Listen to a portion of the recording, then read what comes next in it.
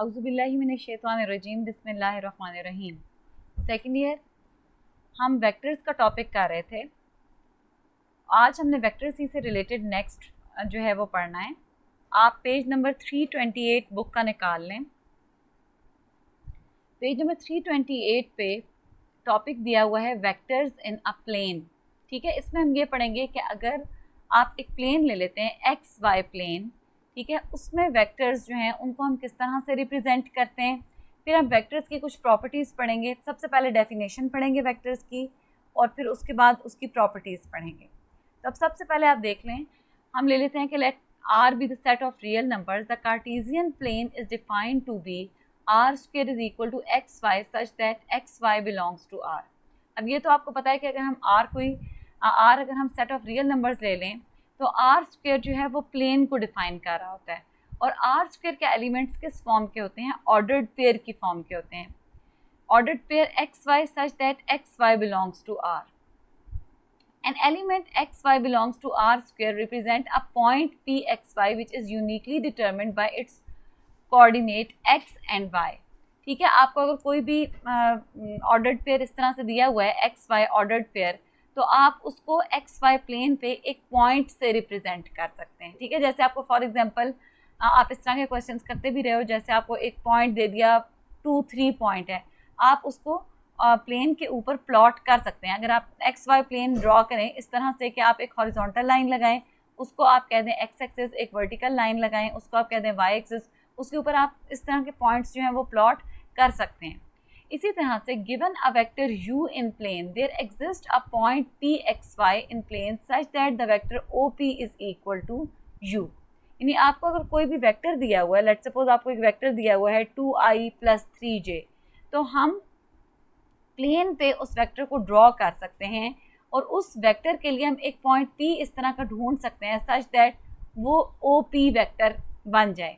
ठीक है, इसका मतलब ये हुआ so that we can use rectangular coordinates x y for point to associate a unique ordered pair x y to a vector u।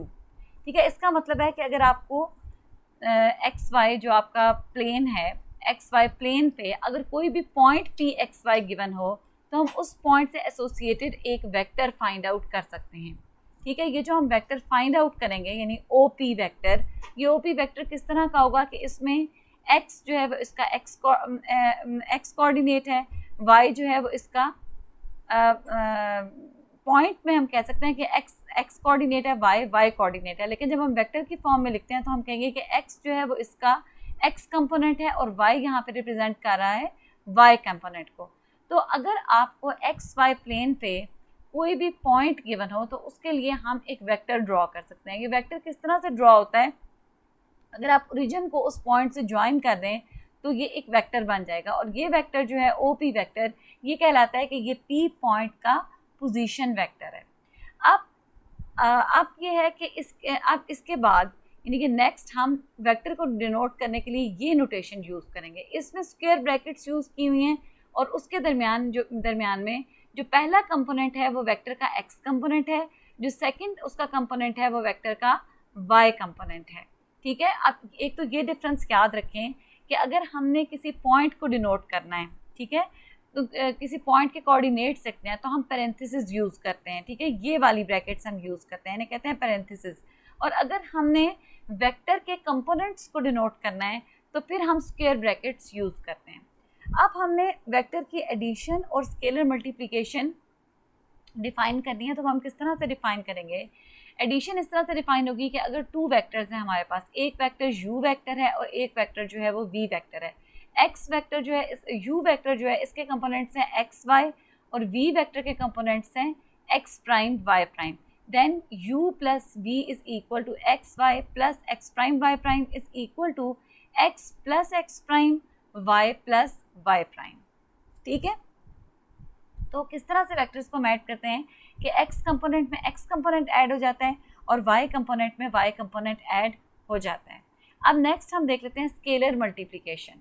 For u is equal to x y and alpha belongs to r, we have alpha u is equal to alpha x y is equal to alpha x alpha y. यानी आपको अगर कोई u vector given है जिसका x component x है और y component y है, alpha कोई स्केलर या कोई रियल नंबर है, आप अल्फ़ा को यू के साथ मल्टीप्लाई करें तो वो किसके इक्वल, वो किस तरह से मल्टीप्लाई होगा, अल्फ़ा एक्स कंपोनेंट के साथ भी मल्टीप्लाई हो जाएगा, अल्फ़ा वाई कंपोनेंट के साथ भी मल्टीप्लाई हो जाएगा।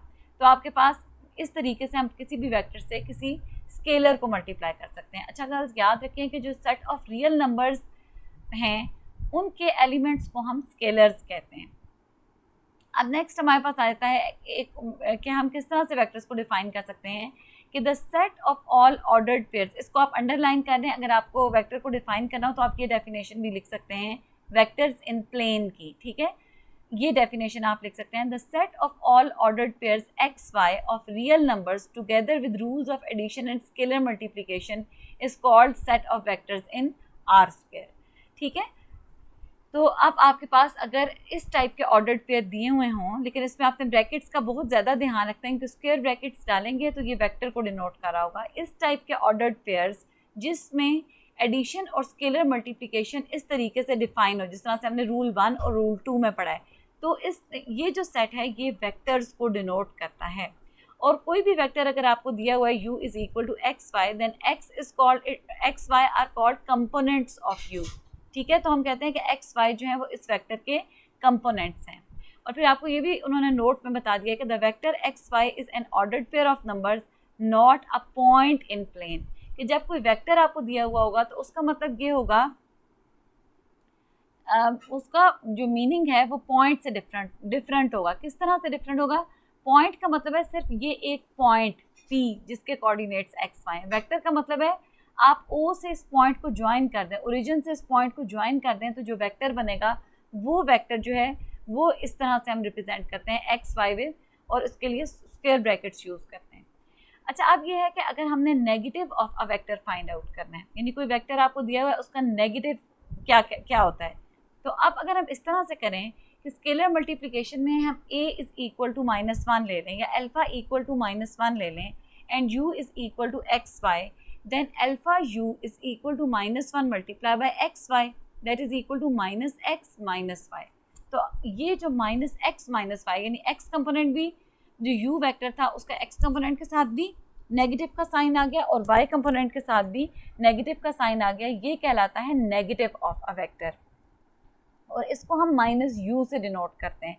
और इसको हम ये भी कहते हैं कि ये जो -u है, -u वेक्टर जो है, this is additive inverse of u और नेगेटिव वेक्टर ऑफ u। तो इसके लिए दोनों जो है वो दोनों तरह के हम यूज़ करते हैं, नेम्स यूज़ कर सकते हैं, एडिटिव इनवर्स भी इसको कह सकते हैं और नेगेटिव वेक्टर भी कह सकते हैं, नेगेटिव वेक्टर ऑफ u भी कह सकते हैं।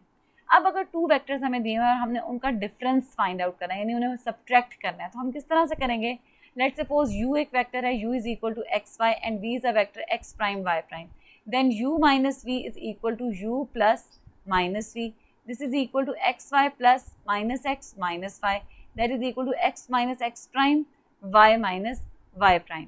तो इस तरीके से हम कोई से भी दो वेक्टर्स जो हैं उनका डिफरेंस फाइंड आउट कर सकते हैं, जिस तरह से हमने एडिशन में पढ़ा था कि हम ऐड करते हुए दोनों वेक्टर्स को x में x कंपोनेंट ऐड करते हैं, y में y कंपोनेंट ऐड करते हैं, इसी तरह से डिफरेंस फाइंड करते हुए x में से x कंपोनेंट निकालेंगे और y में से y कंपोनेंट को सब्ट्रैक्ट करेंगे, ठीक है। अब नेक्स्ट देखें ज़ीरो वेक्टर। ज़ीरो वेक्टर किसको कहते हैं, वैसे तो हम लोगों ने पढ़ लिया है कि ज़ीरो वेक्टर उस ऐसे वेक्टर को कहते हैं जिसका या नल वेक्टर हम कहते हैं जिसका मैग्नीट्यूड जो है वो ज़ीरो के इक्वल हो। लेकिन हम देख भी लेते हैं कि अगर u हमारे पास एक वेक्टर है और उसका नेगेटिव -u है, हम u प्लस माइनस u करें तो वो किसके इक्वल आ जाएगा, x y plus minus x minus y, that is equal to x minus x y minus y. X minus x भी ज़ीरो के इक्वल आ जाएगा और वाई माइनस वाई भी ज़ीरो के इक्वल आ जाएगा, और that is equal to zero vector. तो ज़ीरो वेक्टर कैसा वेक्टर होता है, जो जिसका x कंपोनेंट भी ज़ीरो होगा और y कंपोनेंट भी ज़ीरो होगा, इसको हम ज़ीरो वेक्टर या नल वेक्टर कहते हैं। अच्छा गर्ल्स, ये जो नोटेशन हम इस वक्त यूज़ कर रहे हैं, ऑर्डर्ड पेयर की फॉर्म में वेक्टर को लिख रहे हैं, इसमें आपने उसके जो दोनों कंपोनेंट्स हैं x और y कंपोनेंट, उसके दरमियान कॉमा डालना है, ठीक है। तो ये आपने याद रखना है कि ये नोटेशन किस तरह, स्क्वायर ब्रैकेट में आप लिखेंगे पहले x कंपोनेंट कॉमा डाल के y कंपोनेंट। अब नेक्स्ट देखें इक्वल वेक्टर्स। इक्वल वेक्टर्स कैसे किसको कहते हैं, two vectors u equal to x comma y, ठीक है, u वेक्टर आपको दिया हुआ है जिसका x कंपोनेंट x है और y कंपोनेंट y है, v एक और वेक्टर दिया हुआ है सेकंड वेक्टर जिसका x कंपोनेंट x प्राइम है और y कंपोनेंट जो है वो y प्राइम है, are said to be equal if and only if they have the same components. यानी आपके पास दो वेक्टर्स उस वक्त इक्वल कहलाते हैं जब x कंपोनेंट के इक्वल हो और y कंपोनेंट के इक्वल हो। तो अब आप देख सकते हो कि अगर ये दो वेक्टर्स हम अगर कहेंगे u vector is equal to v vector, then this is possible only if and only if x is equal to x component and y is equal to y component, and we write it as u is equal to v। तो ये भी आप इनको underline करेंगे, definitions हैं zero vector, equal vector, ठीक है। अब नेक्स्ट आ रहा है पोजीशन वेक्टर। पोजीशन वेक्टर क्या होता है, जो हमने ऑलरेडी पढ़ा है, ओपी वेक्टर पोजीशन वेक्टर कहलाता है। For any point P x y in R square, a vector u is represented by a directed line segment OP whose initial point is at origin. Such vectors are called position vectors because they provide a unique correspondence between the points and the vectors। ठीक है, position vector क्या होता है कि अगर आपके पास कोई भी पॉइंट P दिया हुआ है, जैसे ये लेट सपोज आपके पास पॉइंट P है, इस पॉइंट के लिए अगर आप OP वेक्टर फाइंड आउट कर लें, ये डायरेक्टेड क्यों कहा हुआ है, क्योंकि इसकी डायरेक्शन दी हुई है O से लेके P की तरफ, ठीक है। अगर हम OP वेक्टर फाइंड आउट करें तो ये P का पोजीशन वेक्टर कहलाएगा और इसका इनिशियल पॉइंट O होगा और टर्मिनल पॉइंट जो है वो P होगा, ठीक है। और क्योंकि ये जो पोजीशन वेक्टर होता है ये किसी भी पॉइंट की पोजीशन स्पेसिफाई करता है, इसलिए इसको पोजीशन वेक्टर कहते हैं। अब नेक्स्ट देखें मैग्नीट्यूड ऑफ अ वेक्टर। अच्छा, आपको कोई भी वेक्टर दिया हुआ है, for any vector u is equal to x y in R square, we define magnitude और नॉर्म और length of the vector as distance of point P x y from the origin. यानी आपने अगर यही O P vector का magnitude निकालना है तो आप क्या करोगे, O से लेके P तक का डिस्टेंस फाइंड आउट कर लेंगे, जो इसके दरमियान जो डिस्टेंस आ रहा होगा या इसकी लेंथ फाइंड आउट कर देंगे। ये लेंथ जो है ये कहलाएगी कि ये OP वेक्टर का मैग्नीट्यूड है। तो magnitude of OP vector is equal to mod of OP vector is equal to magnitude of U। अब हम इसे यूँ भी रिप्रेजेंट कर सकते हैं मैग्नीट्यूड ऑफ U को, mod of U vector, mod of OP vector, और ये किसके इक्वल होता है, under root of x square plus y square. यानी जो भी आपके पास वेक्टर आप जिसका मैग्नीट्यूड निकाल रहे हैं उसके एक्स कंपोनेंट का स्क्वायर प्लस वाई कंपोनेंट का स्क्वायर होल अंडर रूट। तो ये फॉर्मूला किसका है, मैग्नीट्यूड ऑफ अ वेक्टर, ठीक है। इसको भी आप अंडरलाइन कर लें ताकि आपको ये याद रहे कि मैग्नीट्यूड ऑफ वेक्टर जो है वो किस तरह से फाइंड आउट करना है। उसके बाद नेक्स्ट देखें properties of magnitude of a vector. यानी आपके पास जो मैग्नीट्यूड ऑफ वेक्टर है इसकी कुछ प्रॉपर्टीज़ हैं, और वो क्या प्रॉपर्टीज़ हैं कि let v be a vector in plane or in space and let c be a real number, then magnitude of v is greater than or equal to 0 and magnitude of v is equal to 0 if and only if v is equal to 0। तो एक property है कि magnitude of v की value जो है किसी भी vector का मैग्नीट्यूड हमेशा ग्रेटर देन 0 होता है या इक्वल टू 0 होता है, और इक्वल टू 0 उसी वक्त होगा जब वेक्टर जो है वो खुद ज़ीरो वेक्टर हो, यानी सिर्फ ज़ीरो वेक्टर का मैग्नीट्यूड जो है वो 0 के इक्वल होता है, ठीक है। पहले हम फर्स्ट प्रॉपर्टी को प्रूव कर लेते हैं। We write vector v in the component form as v vector is equal to x y. हम लिख सकते हैं v वेक्टर को इक्वल टू एक्स वाई। अब मैग्नीट्यूड ऑफ v का हमने फॉर्मूला पढ़ा था, equal to under root of x component का स्क्वायर प्लस y कंपोनेंट का स्क्वायर, इसका मतलब होल अंडर रूट, यानी आपके पास आ जाएगा under root of x square plus y square which is greater than और equal to 0 for all x y. आपको पता है कि किसी भी चीज़ की आप लेंथ अगर निकाल रहे हो तो लेंथ कभी नेगेटिव नहीं हो सकती, तो आपके पास जो इस मैग्नीट्यूड ऑफ v का आंसर आएगा वो भी हमेशा ग्रेटर देन या इक्वल टू 0 आएगा, ठीक है। तो इसका मतलब क्या है कि मैग्नीट्यूड ऑफ v जो है इसकी वैल्यू हमेशा ग्रेटर देन और इक्वल टू 0 ही आएगी। फर्दर हम देख लेते हैं कि ये 0 कब होती है। अगर हम कहते हैं कि magnitude of v is equal to 0, इसका मतलब है under root of x square plus y square is equal to 0, और under root of x square plus y square is can be equal to 0 only if x is equal to 0 and y is equal to 0। अगर अलग से x भी 0 हो जाए और y भी 0 हो जाए तो तभी हमारे पास mod of v equal to 0 हो सकता है। इसका मतलब क्या है कि इस केस में v जो है वो इक्वल आ जाएगा 0 0 के, that is equal to 0 vector. तो अगर हम मैग्नीट्यूड ऑफ v को इक्वल टू 0 रखते हैं तो हमारे पास v वेक्टर भी एक 0 वेक्टर ही निकलता है। और सेकंड जो प्रॉपर्टी आपको दी हुई है, पहले सेकंड देख लें, magnitude of c v is equal to mod of c mod of v, यानी आपने अगर मैग्नीट्यूड ऑफ सी वी निकालना है तो that is equal to mod of c magnitude of v vector. तो अब ये प्रूव करने के लिए हम मॉड ऑफ सी वी लेते हैं। सी यहाँ पे किसी भी स्केलर को मल्टीप्लाई कर रहा है, तो सी वी का मतलब क्या है कि वी वेक्टर अगर हमारे पास एक्स वाई के इक्वल है तो ये आ जाएगा mod of c x c y. अच्छा, यहाँ पे आप ब्रैकेट भी डालें, ठीक है, इस तरह से। अच्छा, आपने यूं डालना है मॉड और अंदर ब्रैकेट में सी एक्स सी वाई लिखना है। अच्छा, इसका मैग्नीट्यूड किसके इक्वल होता है किसी भी वेक्टर का? Under root of x component का स्क्वायर प्लस वाई कंपोनेंट का स्क्वायर। तो यहाँ पे एक्स कंपोनेंट सी एक्स है और वाई कंपोनेंट सी वाई है, तो आ जाएगा under root of c x square plus c y square, that is equal to under root of c square under root of x square plus y square, that is equal to magnitude of c mod of c magnitude of v vector. तो आपके पास prove हो गया कि अगर आपने magnitude of c v vector निकालते हैं तो that is equal to mod of c magnitude of v vector.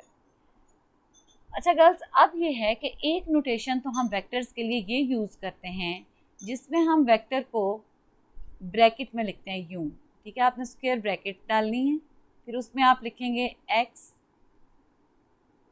ठीक है, कॉमा डाल के वाई, एक्स कॉमा वाई, ठीक है। एक ये हमारे पास नोटेशन यूज़ होती है।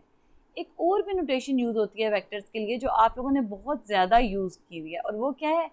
आई और जे की फॉर्म में, ठीक है। तो अब नेक्स्ट हमने वही पढ़नी है इंशाल्लाह,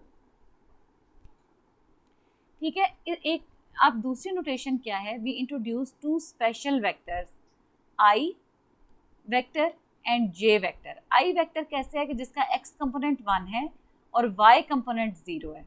जे vector is such that its x component is 0 and y component is 1, ठीक है। और अगर हम आई का मैग्नीट्यूड निकालें तो वो इक्वल आएगा under root of 1 square plus 0 square, that is equal to 1। और magnitude of j vector equal आ जाएगा 0 square plus 1 square under root whole under root, that is equal to 1।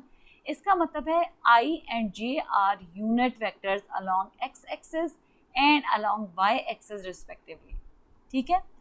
तो अब क्या है? आई जो है that is unit vector along x axis and j is unit vector along y axis. अब हमने अगर कोई भी वेक्टर आपको दिया हुआ है, जैसे हमने भी पढ़ा था कि u is a vector that is equal to x y, तो हम इसको लिख सकते हैं equal to x 0 plus 0 y. अगर हम इन्हें ऐड करें तो x प्लस 0 x बन सकता है और 0 प्लस वाई वाई बन सकता है। तो हम एक्स वाई वेक्टर को यूं लिख सकते हैं। अब हम x 0 में से x कॉमन ले लेते हैं, तो बाकी क्या बन जाता है? 1 0। 0 वाई वेक्टर में से y कॉमन लेते हैं because y is a scalar, ये बन जाता है 0 1। अब 1 0 को लिख सकते हैं i और 0 1 को हम लिख सकते हैं j। इसका मतलब है कि एक्स वाई वेक्टर को हम यूं भी लिख सकते हैं एक्स आई प्लस वाई जे। तो ये एक और नोटेशन है किसी भी वेक्टर को रिप्रेजेंट करने की, यानी जो वेक्टर एक्स वाई है ऑर्डर्ड पेयर की फॉर्म में, उसको यूं भी लिखा जा सकता है equal to x i plus y j, ठीक है। तो इसका मतलब ये हुआ कि वेक्टर को हम एक दूसरे तरीके से हमने रिप्रेजेंट करना सीख लिया, इस तरीके से एक्स आई प्लस वाई जे। ये हमने एक जो है वो नया तरीका हम लोगों ने पढ़ लिया किसी भी वेक्टर को रिप्रेजेंट करने का, ठीक है गर्ल्स। अब नेक्स्ट अब आप लोग देखें, अब हम इसमें वेक्टर एडिशन भी डिफाइन कर सकते हैं। यानी अगर आपके पास दो दिए हुए हैं वेक्टर्स u वेक्टर और v वेक्टर, आप u plus v find out करें। आप यूं भी लिख सकते हैं x plus x prime comma y plus y prime, यूं भी लिख सकते हैं x plus x prime i plus y prime j, ठीक है। तो दोनों नोटेशंस हम यूज़ कर सकते हैं। अब क्वेश्चंस में हम दोनों में से कोई भी नोटेशन जो है वो कोई भी एक नोटेशन हम यूज़ कर लिया करेंगे। उसके बाद गर्ल्स नेक्स्ट देखें, a unit vector in the direction of another given vector, ठीक है। कि अगर आपको कोई भी वेक्टर दिया हुआ है u, फॉर एग्जांपल u कोई भी वेक्टर है, ठीक है, a vector u is called unit vector if its magnitude is equal to 1, ठीक है, कोई भी वेक्टर यूनिट वेक्टर उस वक्त कहलाता है जब उसका मैग्नीट्यूड इक्वल टू 1 हो। अब now we will find a unit vector u in the direction of any other vector v, यानी आपको अगर कोई भी वेक्टर v दिया हुआ है और आपने उसकी डायरेक्शन में यूनिट वेक्टर निकालना है, तो आप किस तरह से फाइंड आउट करेंगे, आप उसका फॉर्मूला याद रखें। v उसको हम एक तो उसके ऊपर हैट डाल के डिनोट करते हैं यूनिट वेक्टर को, v hat is equal to 1 by magnitude of v into v vector, आप इसको यूं डिनोट करते हैं, ठीक है गर्ल्स। तो हम v हैट से इसको डिनोट करते हैं, v के ऊपर ये हैट डाल देते हैं जिसको हम कहते हैं v hat is called unit vector of v। और क्योंकि आमतौर पे जब आप कोई वेक्टर लेते हो तो उसके ऊपर वेक्टर का निशान डालते हैं, ठीक है, हैट नहीं डालते, लेकिन अगर हैट डला हुआ है तो इसका मतलब है कि ये इस वेक्टर का यूनिट वेक्टर है। अब इसको हम यूं भी लिख सकते हैं v hat is equal to 1 by magnitude of v into v vector. अब अगर आपसे ये कहा जाए कि कोई भी वेक्टर आपको v गिवन है, आपसे कहा जाए आप इस वेक्टर का यूनिट वेक्टर निकालें, यानी इस वेक्टर की डायरेक्शन में यूनिट वेक्टर फाइंड आउट करें, तो आप किस तरह से करेंगे, आप ये फॉर्मूला यूज करेंगे v hat is equal to 1 by magnitude of v into v vector, ठीक है, क्लियर है गर्ल्स। तो गर्ल्स ये जो होता है unit vector, it points in the same direction as v but it is positive scalar multiple of v, यानी unit vector क्या होता है, कोई भी वेक्टर अगर आपको दिया हुआ है तो यूनिट वेक्टर की डायरेक्शन वही होती है, सिर्फ उसका मैग्नीट्यूड जो है वो 1 के इक्वल होता है, ठीक है गर्ल्स। तो आज आप लोगों ने ये काम करना है कि आप लोग अपनी डेफिनेशंस जो हैं उनको अच्छे तरीके से याद करें, ठीक है, इन सारी डेफिनेशंस को अंडरलाइन करें और इनको याद कर लें, ठीक है। और कल इंशाल्लाह नेक्स्ट लेक्चर में मैं इंशाल्लाह आपको इससे रिलेटेड क्वेश्चंस करवाऊंगी, ठीक है गर्ल्स। अल्लाह हाफिज़, अस्सलाम वालेकुम।